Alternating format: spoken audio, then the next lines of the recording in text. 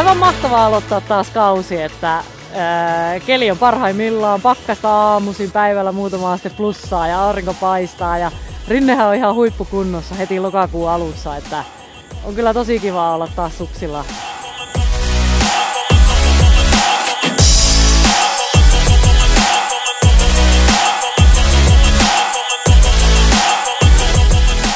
Levi täyttää tänä talvena, tämä talvi mikä avattiin tuossa eilettäin, niin meillä on juhlavuosi eli 60 vuotta siitä kun hiihtokeskus on ensimmäisen hissin saanut ja on lähdetty laskettelua tunturissa harrastamaan. Siinä 80-90-luvun taitteessa, kun mä oon ollut semmoinen 10-vuotias suunnilleen, niin mä oon jo ekoja kertoja käynyt seuran kanssa treenaamassa täällä ja just tässä eturinteessä ja eihän täällä paljon muuta ollutkaan silloin. Siinä oli ankkurihissi ja sitten on mahtavaa, miten 90-luvun aikana alkoi tulee lisää rinteitä ja hissejä. Tiedetään ja tunnetaan siitä, että tämä on aina tapahtuu jotain uutta, kehitetään, rakennetaan, investoidaan, luodaan uusia juttuja.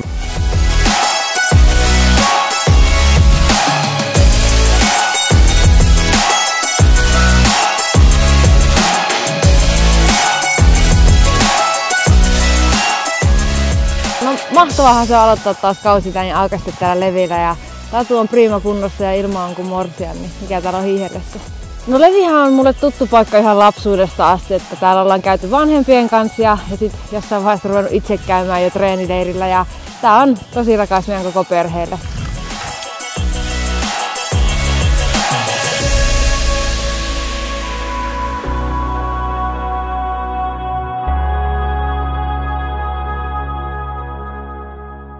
Three, two, one. Here we go!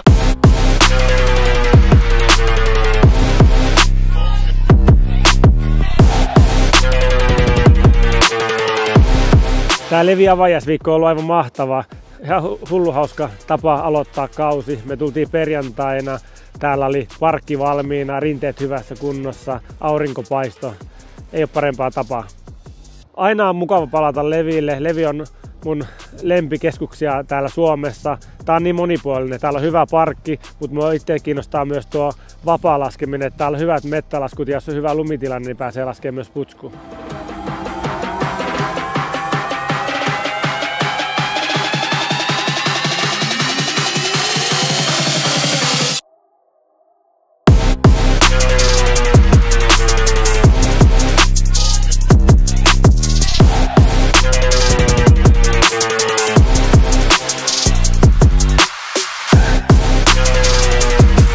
Tykkään täällä lumesta ja pyöräilystä.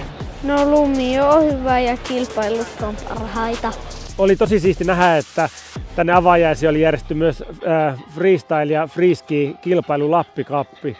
Tosi kiva nähdä, että Lapissa panostetaan junnutoimintaan.